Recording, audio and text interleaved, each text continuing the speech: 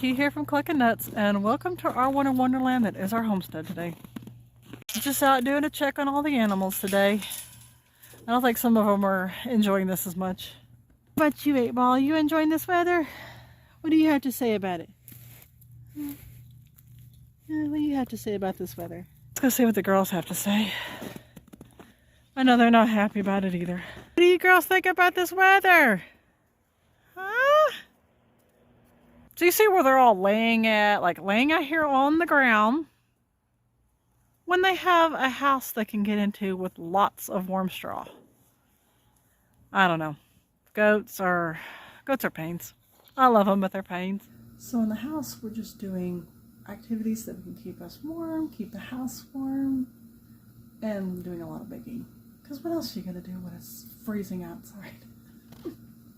So I did make a couple loaves of bread this morning. Unfortunately, my family got to it, and I'll show you pretty much what's left of it. That much. A half a loaf out of 2 loaves of bread. My family's bottomless pits, I swear. But I also got some other fun things going here. So I got a double batch here of bagels going, and a batch of English muffins. So that's going to be nice and yummy.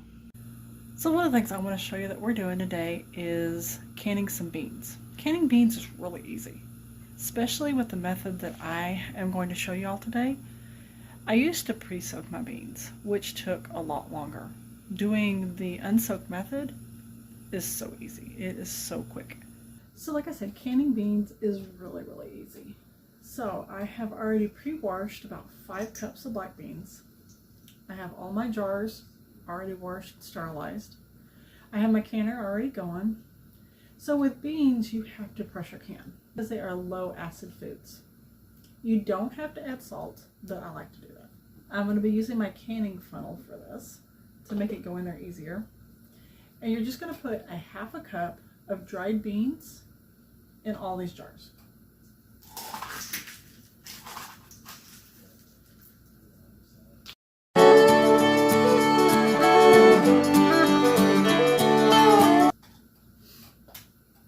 So the reason that you only want to use just a half a cup is because you're going to be adding water to these. And then when you put them in the pressure canner, they're going to be finished cooking. And so the beans will swell. This would be a good way to get your kids involved in canning, is just by having them put the beans in the jars. So I still have quite a bit left over here. I probably will be doing at least another batch of these beans. Alright, so next I'm going to be adding some sea salt. You don't have to add sea salt to yours. I just like the flavor that it gives. And I'm only adding a half a teaspoon per each one.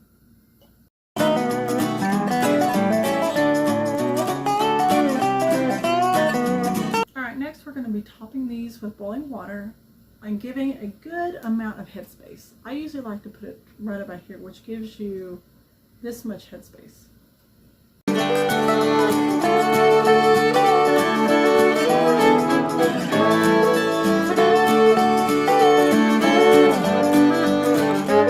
So once you have all your jars filled with your hot water, you can take a skewer, you can use the back of a spoon, and you're just going to stir them. And so that helps bring all the bubbles to the surface.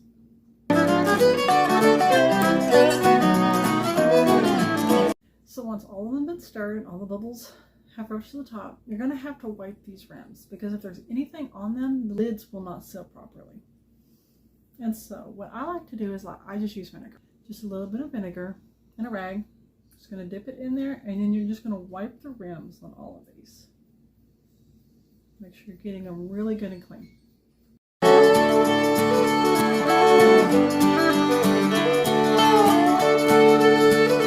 Alright, now is the time to put the lids on them and the rings, and we're going to get them in the pressure canner.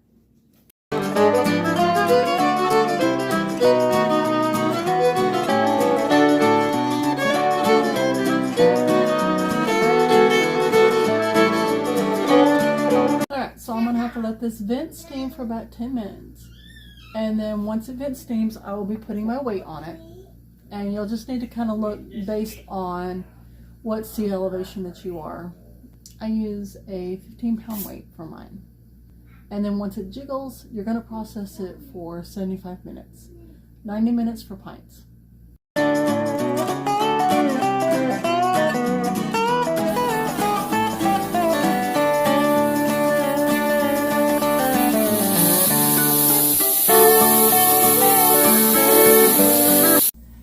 Now to let this process for 75 minutes.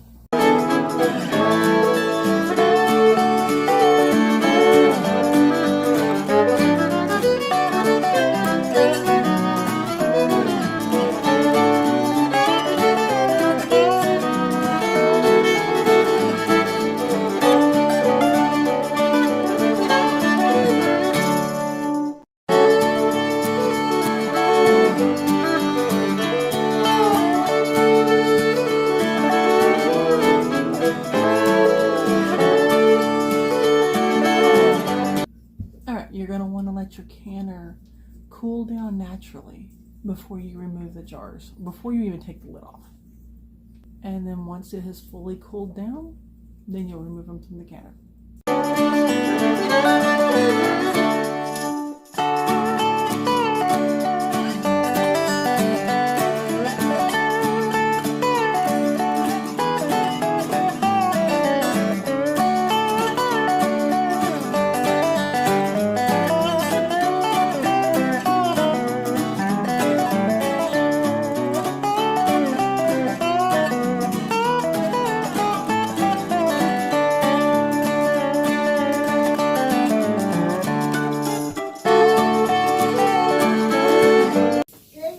So you're going to want to let these sit overnight before you try to take the rings off and to test and see if they seal properly.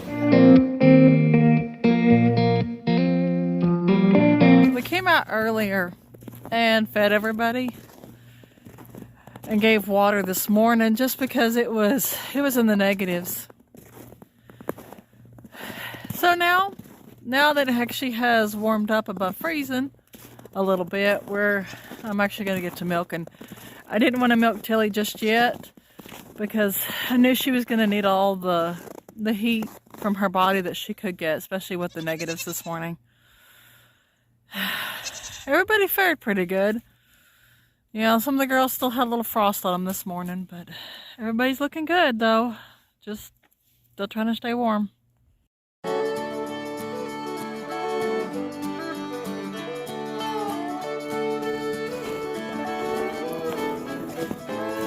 Are you doing good this morning?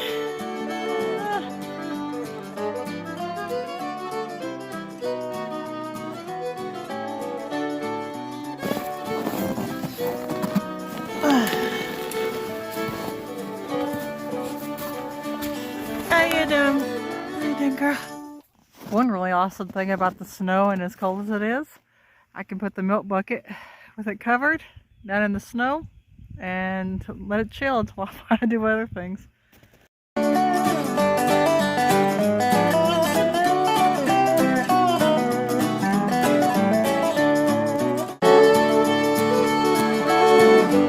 So it's the next morning and we're going to be checking these jars to make sure that they sealed. One of the things that I like to do is to push on the tops, and if there's no give, usually means that they sealed. But you do need to check them further. So to do that, you're just going to take the ring off. And then you're going to grab the lid and kind of bounce it a little bit. And if it's sealed, the lid's not going to come off. But if it didn't, the lid will pop off and you'll make a mess. So I will do this to all of them, taking each ring off and just testing. So all of these passed the test, and they all sealed. But as you can tell, some of them have a little bit of grime on them. Let's see if I can find one that's like really, really grimy. Yeah, so the jars kind of have a little bit of grime on them. And that's because we have hard water. And so if you could leave them like this, but I don't. So what I like to do is just take vinegar. Just a bowl of vinegar and a washcloth, and then you're just going to scrub the You're going to scrub them up. I do add vinegar to my water when I'm canning, but it still comes out kind of grimy like this. You may not be able to get all of it off there either.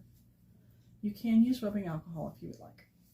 Now that these are all cleaned up, I will label them and put them in our pantry. So you may notice I had a couple different colors of beans here. So the majority of these jars are our black beans, but I had a little extra room in the canner when I was doing this and didn't have enough black beans. So I just threw in some of our red beans. And like I said, you can do this with any bean. Pinto bean, lima beans, any dried beans, you can can them with this method. So I want to just talk about a myth in canning. So a lot of people will say that you cannot reuse canning lids. I do it.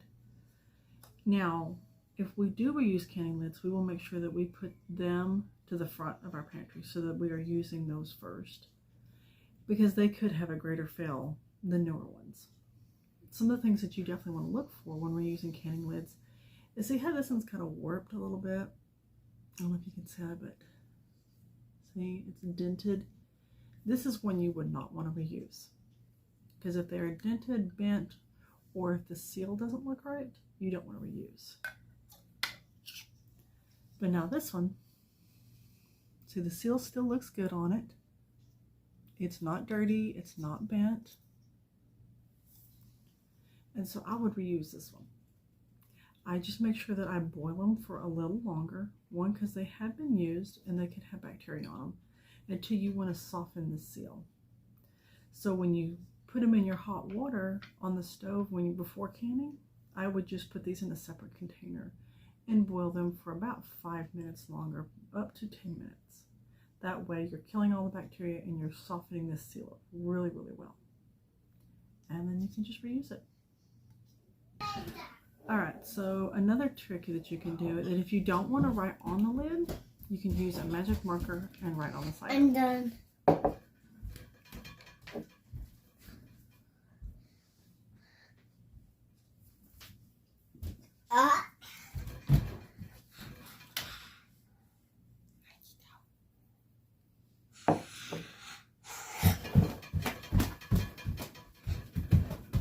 Just like that. So it'll wash off really well when you put your jars either in the dishwasher or even when you process them again.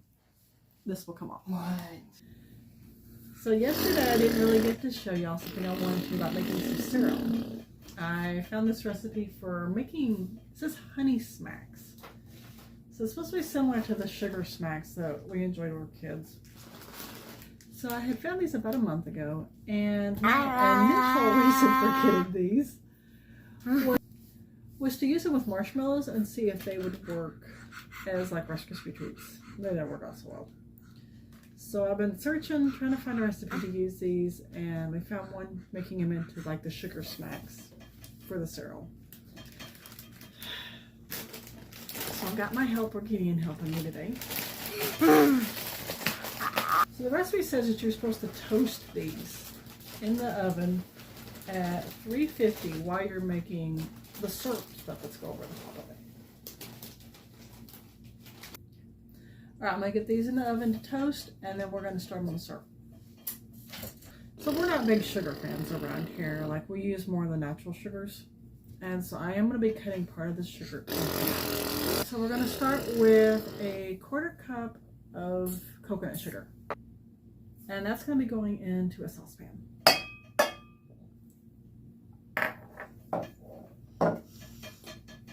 A process of butter. Then about a 1/2 cup to 1/3 cup of softened, a 1/4 cup of molasses.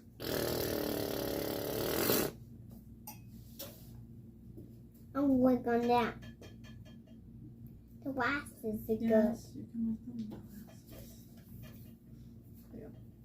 A 1/2 teaspoon of cinnamon.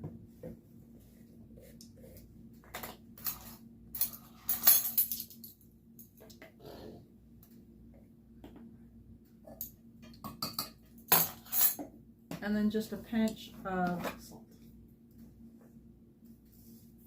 All right, now I'm going to get this onto the burner and get it all melted down and liquidy.